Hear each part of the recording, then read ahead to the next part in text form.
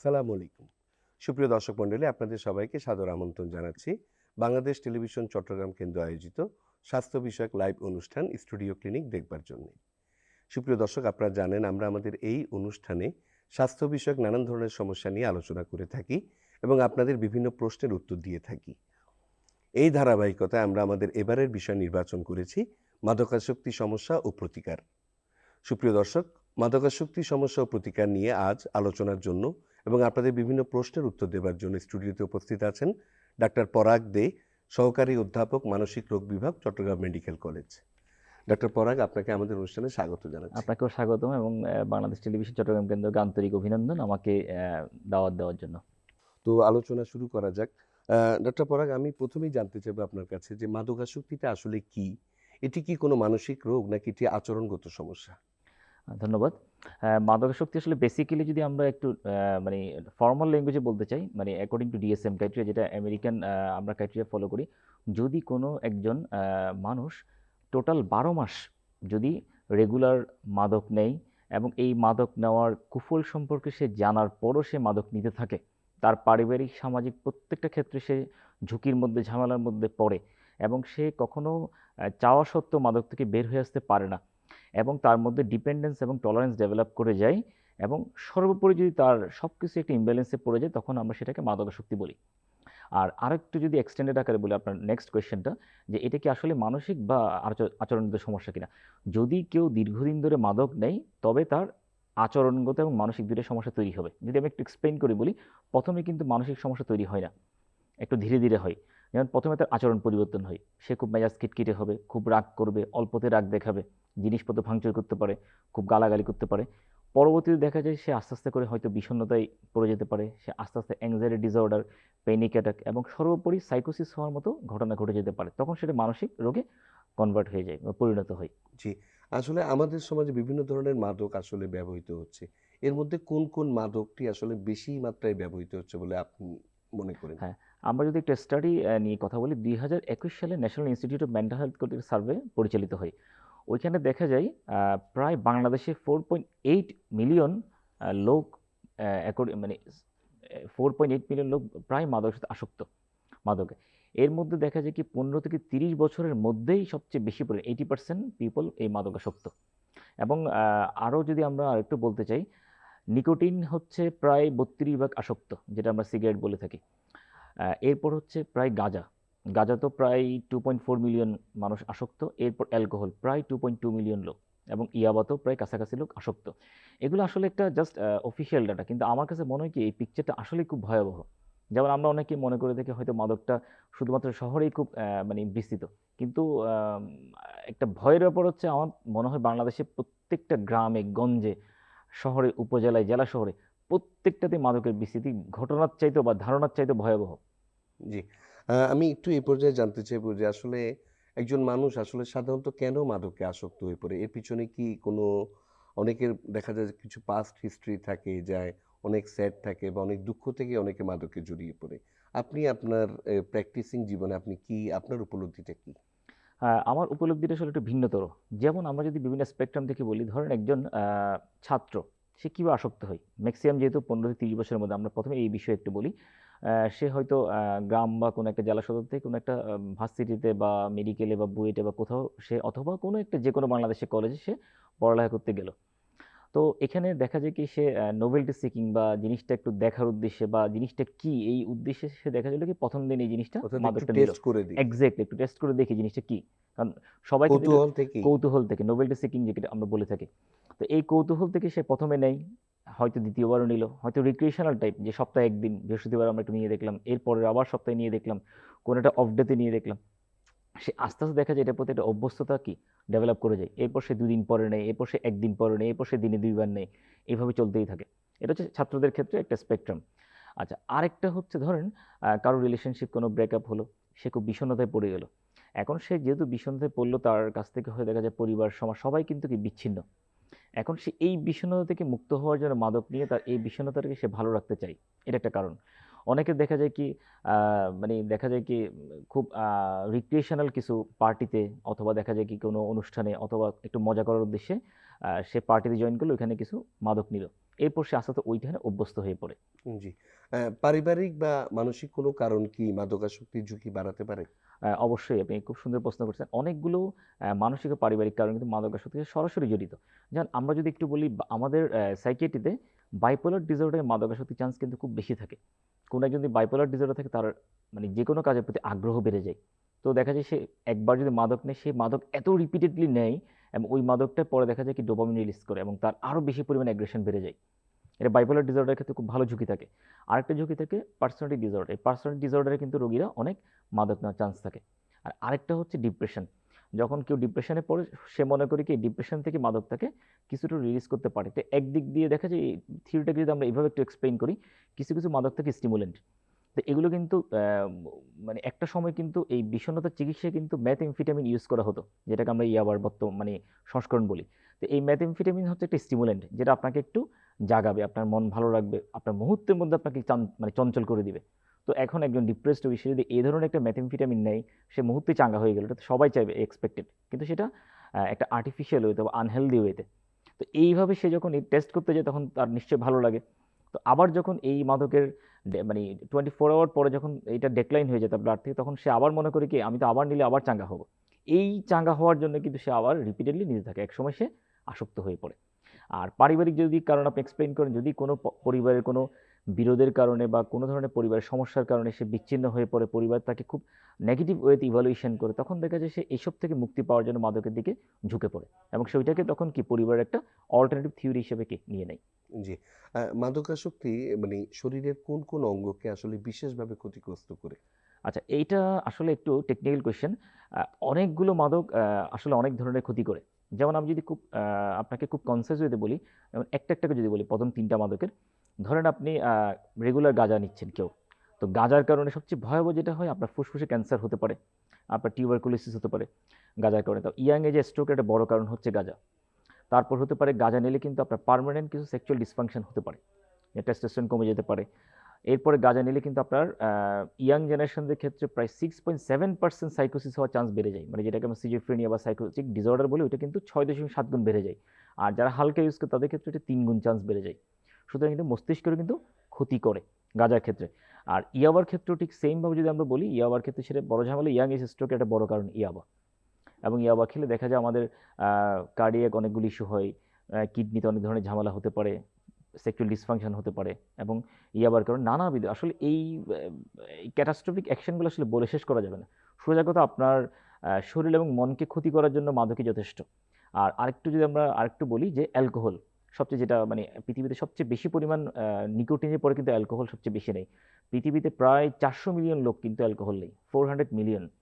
যেখানে আপনার অন্যান্য গাঁজা বা অন্যান্যগুলো নেই, প্রায় 250 মিলিয়ন মানুষ গাঁজা নেই মাদক হিসেবে। তো এই অ্যালকোহলের ক্ষেত্রে দেখা যায় কি, অ্যালকোহল যেটা ক্ষতি করে খুব বড় আমরা কারণ জানি যে লিভার সিরোসিস, এর একটা বড় কারণ কিন্তু ক্রনিক অ্যালকোহলিজম। লিভারে ক্ষতি করতে পারে, তারপর কার্ডিয়াক আপনার কার্ডিওমায়োপ্যাথি করতে পারে, তারপর অ্যালকোহলের কারণে আপনার ডিমেনশিয়া হতে পারে, অ্যালকোহলের কারণে আপনার ব্লাডে বিভিন্ন ধরনের ঝামেলা হতে পারে, অ্যালকোহলের কারণে আপনার পার্মানেন্ট ইরেকটাইল ডিসঅর্ডার হতে পারে। ঠিক আছে, জি। এই ধরনের সমস্যাগুলো আর কি। একজন আসলে মাদকাসক্ত ব্যক্তি একটা পরিবারের জন্য কিন্তু এক ধরনের বোঝা হয়ে দাঁড়ায়। মানে পরিবারের সকল সদস্যই আসলে তাকে নিয়ে বেশ একটা ঝক্কি ঝামেলার মধ্যে থাকে বা তার ট্রিটমেন্ট বিষয়ে কি করবে। তো আসলে একজন মাদকাসক্ত ব্যক্তির জন্য পরিবারের সাপোর্টটা কেন প্রয়োজন? আচ্ছা, এক্ষেত্রে আমরা যদি একটু আপনাকে কয়েকটা তথ্য দিই।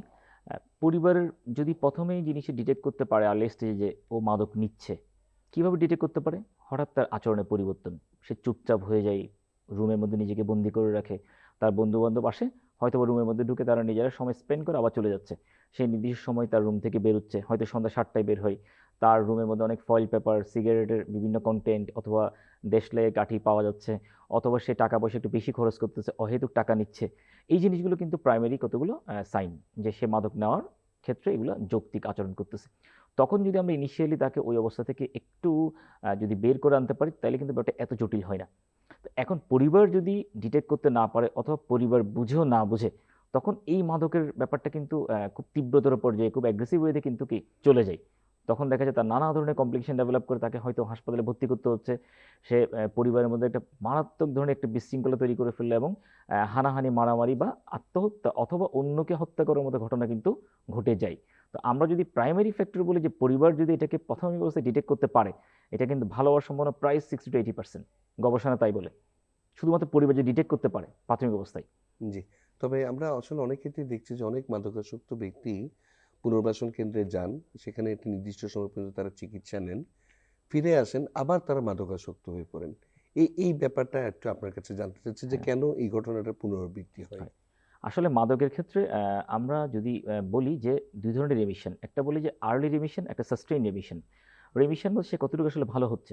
একজন মাদকাসক্ত রোগী যদি ৩ মাসের বেশি সময় ধরে মাদক না নেয় এবং ১২ মাসের মধ্যে এটা আবদ্ধ থাকে, ওইটাকে আমরা বলি আর্লি রেমিশন।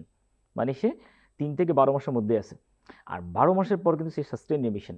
তার মানে সে ভালো থাকলেও আবার চান্স বেড়ে যায়। মাদকগুলোর ক্ষেত্রে খুব কমনলি রিলাপস খুব কমন বেড়ে যায়। কারণ তার ব্রেইনে ওই জিনিসগুলো অ্যাসোসিয়েট করে রাখে। সাপোজ একজন ব্যক্তি খুব ডিপ্রেশনে ভুগলো। সে ডিপ্রেশন থেকে বের হওয়ার জন্য মাদক নিল এবং দেখা গেল কি সে ওই ডিপ্রেশন থেকে হয়তো সাময়িকভাবে কাটিয়ে উঠলো মাদক নেওয়ার কারণে। ওই যে বললাম স্টিমুলেন্ট মাদকগুলো।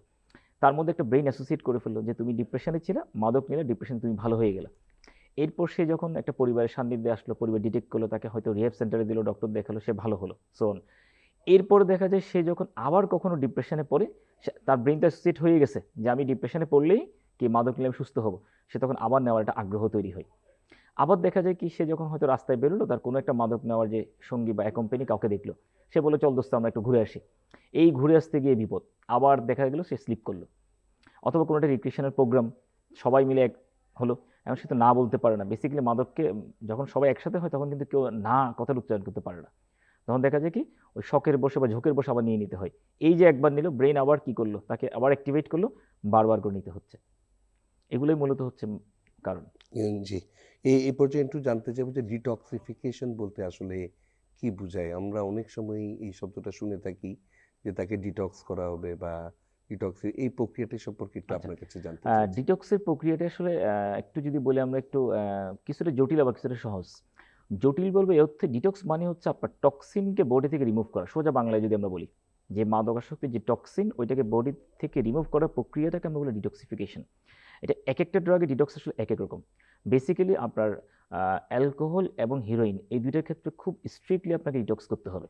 এবং এখানে যদি আপনি মিনিমাম ভুল করেন সেটা কিন্তু দেখা যায় কি জীবন মৃত্যুর একটা কি আশঙ্কা তৈরি করতে পারে। বিশেষ করে অ্যালকোহল এবং হিরোইন। অন্যান্যগুলোর ক্ষেত্রে খুব একটা বেশি প্রবলেম হয় না। তো ডিটক্স বলতে আমরা যদি আমরা সহজে বলতে চাই যে কোনো একটা সাবস্টেন্স বা মাদক ইউজ করার পরে যদি অ্যাকিউট ইনটক্সিকেশন হয়, অথবা উইথড্রয়াল হয়, অথবা সে ডিপেন্ডেন্স একটা স্টেটে থাকে, ওই অবস্থা থেকে তাকে বের করে আনার প্রক্রিয়াটা হচ্ছে ডিটক্স। জি। আমাদের দেশে আমরা অনেক পুনর্বাসন কেন্দ্র দেখছি এবং সেখানে অনেক ধরনের থেরাপিও দেয়া হচ্ছে। এই পুনর্বাসন কেন্দ্রগুলো কি আসলেই অনেক ক্ষেত্রে আমরা অনেক অভিযোগও শুনছি যে সেখানে আসলে মাদকাসক্তির চিকিৎসা না হয়ে বরঞ্চ মাদকের ব্যবসাও হচ্ছে। তো এই যে এই পুনর্বাসন কেন্দ্রগুলো এগুলো কি আপনি কি মনে করেন এগুলো কি আসলে সরকারের নিয়ম নীতিমালা অনুসরণ করে করা হয়েছে? আসলে আমরা যদি বাংলাদেশের প্রেক্ষাপটে বলি, দর্শকরা হয়তো জানেন বা আপনারাও জানেন, এখানে আসলে নিয়মের চেয়ে অনিয়মই হয়তো অনেক বেশি হয়। বেসিক্যালি একটা মাদকাসক্ত পুনর্বাসন কেন্দ্রের যদি আপনি স্ট্রাকচারাল ইউনিট দাঁড়ান, এখানে একজন অবশ্যই সাইকিয়াট্রিস্ট থাকতে হবে। Addiction psychologist, group therapy counselling করানোর জন্য অকুপেশনাল থেরাপিস্ট এবং সাইকোলজিস্টদের সমন্বয়ে একটা টিম ওয়ার্ক এখানে কাজ করবে। কিন্তু আমি বেসিক্যালি খুব হতাশ যে চিটাগাংয়ে ২-১টা মাদকাসক্ত নিরাময় কেন্দ্রে মানে প্রোটোকল ফলো করে। বাকিরা আসলে কোনো কিছু ফলো করে বলে আমার মনে হয় না। আমার কথাটা হয়তো অনেকের এগেইনস্টে যায়, বাট এটা ট্রু যে এখানে আসলে গ্রুপ থেরাপি, ইন্ডিভিজুয়াল থেরাপি বা এডিকশন কাউন্সিলের সমন্বয়ে অথবা সাইকোথেরাপির সমন্বয়ে, অথবা সে এখান থেকে বের হওয়ার পর কী করা উচিত, কীভাবে তাকে অ্যানোনিমাস গ্রুপে অ্যাড করা উচিত, সাইকিয়াট্রিস্টের রেগুলার ইভ্যালুয়েশন দরকার আছে কিনা, এগুলো কিন্তু কোনোটাই ফলো করা হয় না। ধরেন কোনো একজন ব্যক্তি মাদক নিল, তার প্রথম আপনার কি ডিটেক্ট করা, সে কতটুকু নিচ্ছে, কীভাবে নিচ্ছে, এটা সাইকিয়াট্রিস্ট অ্যাসেসমেন্ট করবে। অ্যাসেসমেন্ট করার পরে এখানে ফার্মাকোথেরাপি তাকে অবশ্যই দিতে হবে। তার না হলে কি হচ্ছে, ক্রেভিং হবে, ক্রেভিংয়ের পর তার আবার কি নিতে ইচ্ছা করবে। এরপর তাকে সাইকোলজিস্টের ইভ্যালুয়েশনে এনে তাকে দেখা যায় কি মাইন্ডফুলনেস অথবা মাইন্ড এনহ্যান্সমেন্ট থেরাপি অথবা অন্যান্য অনেকগুলো থেরাপিতে কিন্তু তাকে ইনভলভ করতে হয়। তো এই থেরাপিগুলো কিন্তু পারফেক্টলি আসলে ওইভাবে অর্গানাইজ করা হয় না। তারা দেখা যায় তাদের মতো করে একটা কোনো মতো জোড়াতালি দিয়ে নিয়ে যায়। তো এগুলোর জন্য আসলে একটা আমার মনে হয় কি একটা কোর কমিটি বা কোনো একটা ফর্মুলেশন থাকা উচিত যে এইভাবে এই প্রোটোকলগুলো মেনটেন করা উচিত। তবে এটা মনে রাখতে হবে যদি এগুলো আমরা স্ট্রাকচারাল ওয়েতে করতে যাই, এগুলো কিন্তু খুব হাইলি এক্সপেন্সিভ একটা হয়তোবা হতে পারে। তো সেক্ষেত্রে আমার দেশের লোকজন আসলেই এই ব্যাপারগুলো বিয়ার করতে পারবে কিনা এটাও কিন্তু কোয়েশ্চেন মার্ক রাখে। তো সেক্ষেত্রে আমি আসলে চাইবো যে গভর্নমেন্ট যদি এক্ষেত্রে খুব ভালো একটা উদ্যোগ নেয়, তারাও 50% কন্ট্রিবিউট করলো, পাবলিক থেকে কন্ট্রিবিউশন হলো, যেটাকে আমরা গভর্নমেন্ট এবং পাবলিকের একটা কি সমন্বয় বলে থাকি। তো এই ধরনের যদি কোনো যৌথ দিয়ে কোনো কিছু করা হয়, সেখান থেকে লোকজন কিন্তু অনেক বেনিফিটেড হবে। জি। স্ট্রেস বা এখন আসলে এই জিনিসটা অনেক বেশি পরিমাণে দেখা যাচ্ছে। নাগরিক জীবন এবং কর্পোরেট লাইফ এবং অন্যান্য কর্মক্ষেত্রে অনেক ধরনের স্ট্রেসে ভোগেন। অনেকেই এই স্ট্রেস রিলিফের জন্যও মাদক গ্রহণ করছেন। এটাকে আপনি কিভাবে দেখছেন? হ্যাঁ, এটা ঠিক। বর্তমান আসলে দেখেন আমরা যতই দেখা যায় কি নগরায়নের পথে অথবা আ মানে খুব আধুনিকতার পথে আগাচ্ছি, ততই কিন্তু আমাদের স্ট্রেস বাড়ছে। যেমন আমি বা আপনি বা সব প্রফেশনে দেখা যাচ্ছে খুব স্ট্রেস। আসলে স্ট্রেসের একটা বড় কারণ কিন্তু আমাদের সোশ্যাল মিডিয়া। আমাদের মোবাইল, আমাদের ল্যাপটপ, আমাদের ইলেকট্রনিক ডিভাইস এগুলো কিন্তু আমাদের স্ট্রেস আরো বেশি তৈরি করে। আমাদের মধ্যে একটা হতাশা তৈরি করে। আমরা দেখলাম ও এখানে যাচ্ছে, ও এই করতেছে, আমি হয়তো না পাওয়ার বেদনায় অর্থাৎ অন্যের সাথে নিজের কম্প্যারিজন জীবনকে করা। কম্প্যারিজন। এক্সাক্টলি। এরপর দেখা যায় কি আপনার ওভার শিডিউলিং হয়, ওভার এনক্সাইটি হয়। দেখা যাচ্ছে আপনার অফিসে কাজ করার কথা, আপনি বাসায় গিয়ে অফিসের কাজ করতেছেন। আপনার পরিবারকে আপনি কোয়ালিটি টাইম দিচ্ছেন না। আপনি সারাক্ষণই দেখা যায় মোবাইল ইউজ করতেছেন, মোবাইল আপনি আনসার করতেছেন, মোবাইল আসতেছে। এগুলো কিন্তু এক ধরনের একটা কি আনহেলদি লাইফ। তো দেখা যায় কি এক পর্যায়ে এই স্ট্রেস থেকে কিন্তু মানুষ বিষণ্ণতায় পড়ে যায়। তখন কিন্তু দেখা যায় কি সে এই বিষণ্ণতাকে ভুলে রাখার জন্য কি মাদক নিচ্ছে। কারণ মাদক সার্টেন অ্যামাউন্টে কিন্তু কি ডোপামিন রিলিজ করে। আর যখনই আমাদের ব্রেইনে ডোপামিন রিলিজ হয় তখনই কি হয় আমাদের খুব ভালো লাগা, সুখানুভূতি। সুখানুভূতি তৈরি হয়। এই ক্ষেত্রে কিন্তু মানে মানুষ এই মাদকটাকে অনেক চুজ করে নেয়। তার এই বিষণ্ণতা ভুলে থাকার জন্য বা স্ট্রেসকে রিমুভ করার জন্য। জি। শুধুমাত্র স্ট্রেস নয়, অনেক ক্ষেত্রে দেখা যাচ্ছে অনেকে সোশ্যাল স্ট্যাটাস মেইনটেইন করার জন্য অ্যালকোহলে আসক্ত হয়ে পড়ছেন। বা বা আমরা যারা দেখছি যে যারা হাই সোশিও ইকোনমিক কন্ডিশনে থাকেন, তারা তাদের পার্টিতে বা তাদের পারিবারিক জীবনেও এই জিনিসটা চর্চা করে যাচ্ছেন। এই সম্পর্কে আমি একটু জানতে চাচ্ছি এই প্র্যাকটিসটা কেন? অর্থাৎ আমার সোশিও ইকোনমিক কন্ডিশন যদি হাই হয়, তাহলে কি আমাকে অ্যালকোহল বা মাদক নিতেই হবে? এটা কেন আমাদের দেশে প্রকট আকারে দেখা যাচ্ছে? আমি বলব এটা আসলে একটা আমার মনে হয় কি এটা পার্ট অফ ওয়েস্টার্ন কালচার। দেখা যায় ওয়েস্টার্নে দেখা যায় কি তারা মানে অফ ডে গুলোতে কিন্তু বেসিক্যালি অ্যালকোহল নেই। খুব সম্ভবত আরকি আমি যতটুকু জানি বা দেখছি। তো এখন দেখা যায় কি এখানে আমাদের দেশে যখন হাই সোসাইটিতে কোনো একটা পার্টি হয় তারা কিন্তু খুব কমনলি অ্যালকোহলটা নেয়। তো এই যে অ্যালকোহলটা নিচ্ছে সে হয়তো রিক্রিয়েশনাল ১ম এ ৭ দিনে নিচ্ছে, ১৪ দিনে নিচ্ছে। তারপর দেখা যাচ্ছে কি সে আরো কম ডেজে নিচ্ছে।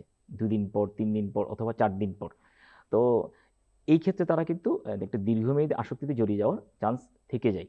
এবং তারা এই কালচারটাকে আসলে অ্যাডপ্ট করার কারণ হচ্ছে ওই যে বললাম ওয়েস্টার্ন থেকে খুব সম্ভবত এই জিনিসটাকে তারা আ দেখার পরে এই জিনিসটাকে তারা আমাদের ইনবিল্ট করার একটা ট্রাই হয়তো করা হচ্ছে। জি, সামনে 31 ডিসেম্বর আসছে। ইতিমধ্যে অনেক ধরনের শোরগোল চলছে যে এই ধরনের আয়োজনের জন্য। বিশেষ করে আমাদের যে মানে 5 স্টার, 3 স্টার হোটেলগুলো আছে সেখানেও দেখা যাচ্ছে তারা ওপেন ডিক্লেয়ারই করছে। তো যাই হোক আমি এই প্রসঙ্গ থেকে একটু ভিন্ন প্রসঙ্গে আসি যে মাদকাসক্তি প্রতিরোধে আসলে পরিবারের ভূমিকাটা কতটা গুরুত্বপূর্ণ? আচ্ছা আমার মনে হয় কি পরিবারের ভূমিকা খুব বিশেষভাবে গুরুত্বপূর্ণ। পরিবারের মধ্যে যদি একটা ভালো ডায়নামিক্স কাজ করে কখনো কিন্তু কেউ খুব একটা মাদকে যাওয়ার সম্ভাবনা কম। কারণ পরিবারটা যদি হয়ে যায় খুব আইসোলেটেড, ধরেন একটা পরিবারে বাবা-মা, ভাই-বোন আছে। বাবা তার কাজে ব্যস্ত, মা তার কাজে ব্যস্ত। কারো সাথে কারো কোনো দেখা হচ্ছে না।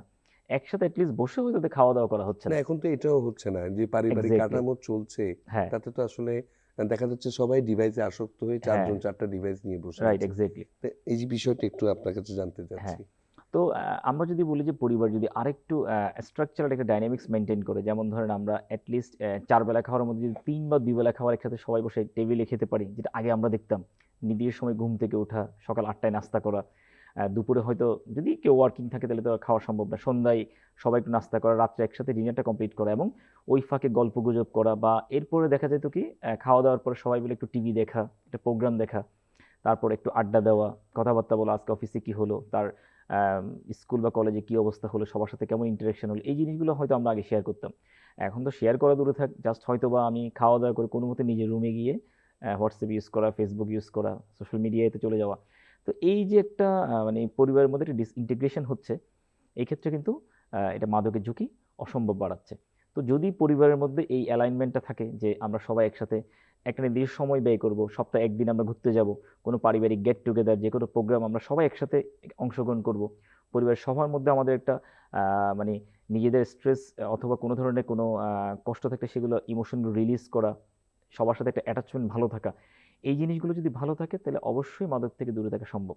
এবং সবার আগে হচ্ছে কি পরিবার থেকে নৈতিক শিক্ষা পাওয়া এবং ধর্মীয় শিক্ষা পাওয়া। যদি নৈতিক এবং ধর্মীয় শিক্ষা মানুষ প্রপারলি পেয়ে থাকে এবং এই মাদক নিয়ে তার একটা ভালো কনসেপ্ট থাকে বা পরিবারের একটা কনসেপ্ট থাকে, তখন কিন্তু এই ব্যাপারগুলোতে মানুষ খুব একটা সহজে জড়াতে চায় না, যদি সেই জিনিসগুলো কুফল দিকগুলো জানে অথবা খুব ভালোভাবে সেগুলোকে ধারণ করে। জি। এই পর্যায়ে আমি একটু আপনাকে বলবো যে এই যে আমাদের যে পারিবারিক কাঠামো একসময় একান্নবর্তী কাঠামো ছিল, কিন্তু বর্তমানে আসলে দেখা যাচ্ছে যে প্রচুর পরিমাণে নিউক্লিয়ার ফ্যামিলি, শুধু মা বাবা ভাই বোন। আপনার কি ধারণা একান্নবর্তী পরিবার বা পারিবারিক কাঠামোটা যদি একটু ভাই বোন আত্মীয় স্বজন চাচা চাচি এভাবে যদি একটা পারিবারিক কাঠামো থাকে, এই ধরনের কাঠামো থেকে মাদকাসক্তিকে কি দূরে রাখা সম্ভব? হ্যাঁ, অবশ্যই। দেখুন ব্যাপারটা হচ্ছে কি, আপনি একান্নবর্তী পরিবার থেকেও মাদক নিচ্ছে, আবার দেখা যাচ্ছে কি মানে নিউক্লিয়ার ফ্যামিলি থেকেও মাদক নিচ্ছে। তো আসলে ডিপেন্ড করছে আসলে আপনি কি ধরনের লাইফ লিড করেন অথবা আপনার ফিলোসফি কি বলে অথবা আপনি কোন এই মাদকের সোর্সের সংস্পর্শে যাচ্ছেন। ধরলাম যে একজন আপনার পুরো একটা জয়েন্ট ফ্যামিলিতে সে বসবাস করে। কেউ দেখা যাচ্ছে কি তার বন্ধু-বান্ধবের সার্কেলটা ভালো না। তারা বিভিন্ন ধরনের নোবেলটি সিকিং হোক বা যেকোনো উদ্দেশ্যে হোক একটা পার্টিতে গেল বা কোনো একটা অফ ডেতে গেল, তারা মাদক নিল। ১ সপ্তাহ, ২ সপ্তাহ, ৩ সপ্তাহ তারপরে কিন্তু সে জড়িয়ে গেল।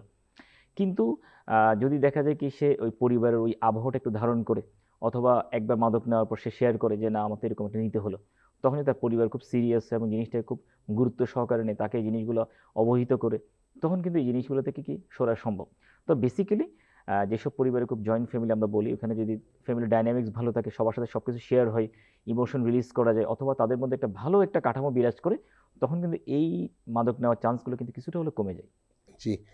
শিক্ষা প্রতিষ্ঠানগুলোতে কিভাবে এই মাদক বিরোধী সচেতনতা তৈরি করা যায়?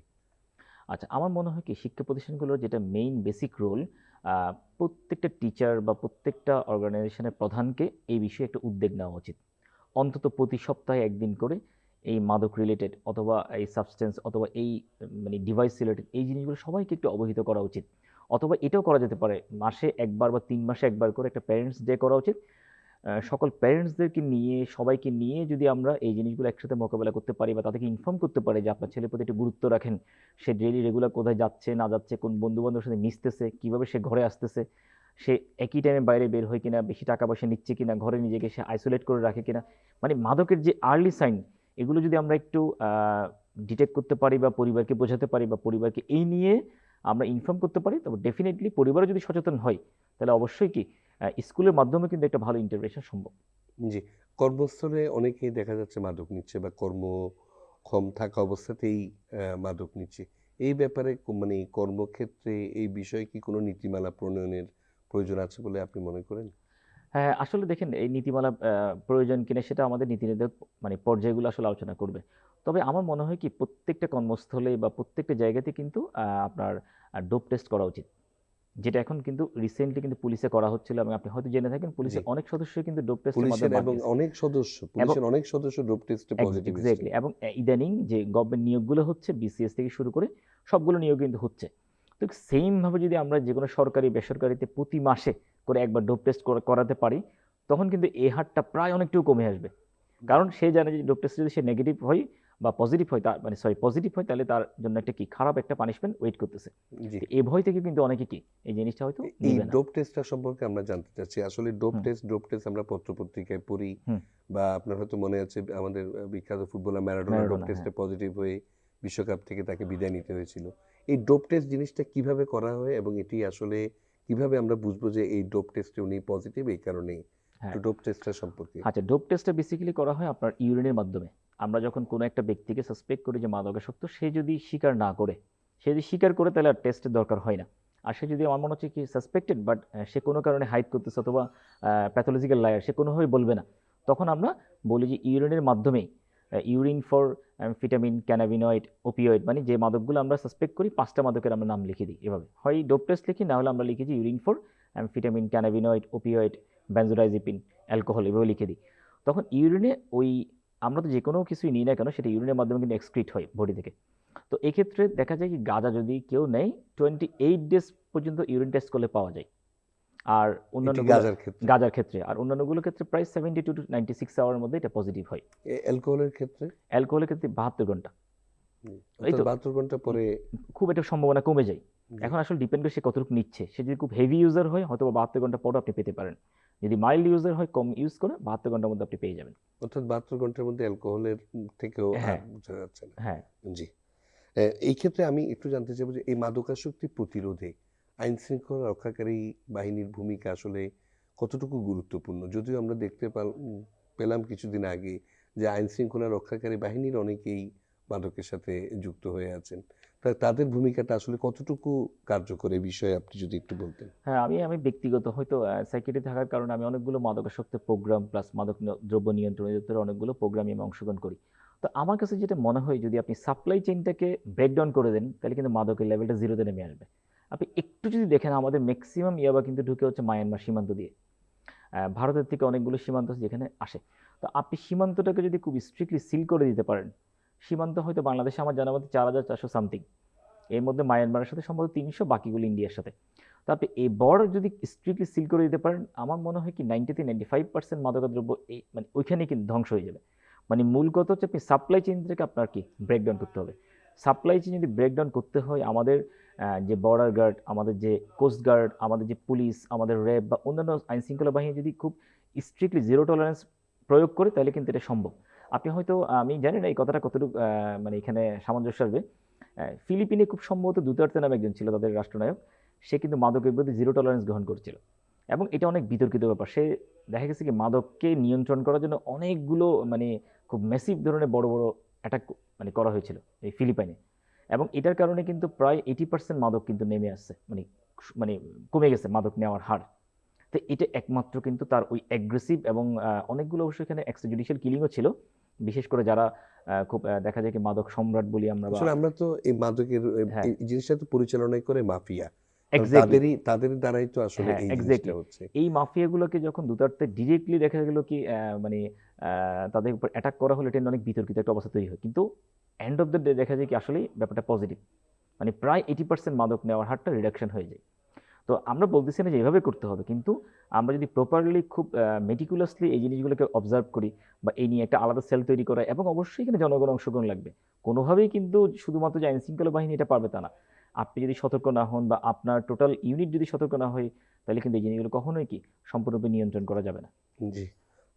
প্রায় আমরা শেষের দিকে আপনার কাছে আমি একটু জানতে চাইবো, একজন মাদকাসক্ত ব্যক্তি আসলেই কি পরিপূর্ণ স্বাভাবিক জীবনে ফিরে আসতে পারে? আচ্ছা, আমি বলব যে হ্যাঁ, অবশ্যই পারে। যদি আপনি একটু চিন্তা করেন মাদকের নেওয়ার পরে যদি আমরা তাকে 90 ডেজ মানে 90 দিন পর্যন্ত তাকে একটা পুনর্বাসন প্রক্রিয়ায় নিয়ে আসতে পারি, তাহলে কিন্তু তার শরীরে মাদকের কোনো ধরনের কোনো সাইন সিম্পটম কোনো কিছু থাকে না। তো এই মাদকের সাইন সিম্পটমগুলো যদি আমরা 90 দিনের মধ্যে নিয়ন্ত্রণ করতে পারি, তার পরিবারকে, তার ফ্রেন্ডস, ফ্যামিলি এবং তাকে অন্যান্য ব্যাপারে একটু যুক্ত করতে পারি, তাকে রিহ্যাবিলিটেশনের প্রক্রিয়ায় এনে তাকে কোনোভাবে একটা মানে আনন্দদায়ক পরিবেশে আমরা গড়ে তুলতে পারি, তার সাপোর্টিং সিস্টেমগুলোকে আমরা ভালো রাখতে পারি, তাকে অ্যানোনিমাস গ্রুপে আমরা অ্যাড করতে পারি, রেগুলার যদি খেলাধুলা করা হয়, রেগুলার যদি সে ফ্যামিলির সাথে টাচে থাকে, ফ্যামিলি ডাইনামিক্সগুলো মেনটেন করে, সে প্রোটিনযুক্ত খাবার গ্রহণ করে, সে রেগুলার এক্সারসাইজ করে এবং সর্বোপরি একটা স্ট্রেস মানে কমিয়ে সে লাইফ লিড করতে পারে, অবশ্যই তার অন্যদের মতো সুস্থ স্বাভাবিক জীবনে পদার্পণ করা সম্ভব। কিন্তু সাথে এটাও মনে রাখতে হবে মাদকাসক্ত ব্যক্তিদের সবচেয়ে বেশি চান্স থাকে রিল্যাপস করার। তো এই রিল্যাপস প্রিভেন্ট করার জন্য পরিবারের ভূমিকাটা সবচেয়ে বেশি এবং সর্বাধিক। জি। ডক্টর পরাগ, আপনাকে অসংখ্য ধন্যবাদ স্টুডিওতে এসে আমাদের সাথে আলোচনা করার জন্য। ধন্যবাদ আপনাকে এবং বিটিভি চট্টগ্রাম কেন্দ্রকে আমাকে আমন্ত্রণ জানানোর জন্য ধন্যবাদ। সুপ্রিয় দর্শক, মাদকাসক্তি সমস্যা নিয়ে কথা বলছিলাম চট্টগ্রাম মেডিকেল কলেজ ও হাসপাতালের সহকারী অধ্যাপক ডাক্তার পরাগদের সাথে। সুপ্রিয় দর্শক, আজ এখানেই শেষ করছি। আগামী সপ্তাহে ভিন্ন কোনো বিষয় নিয়ে আবার আপনাদের সামনে হাজির হব।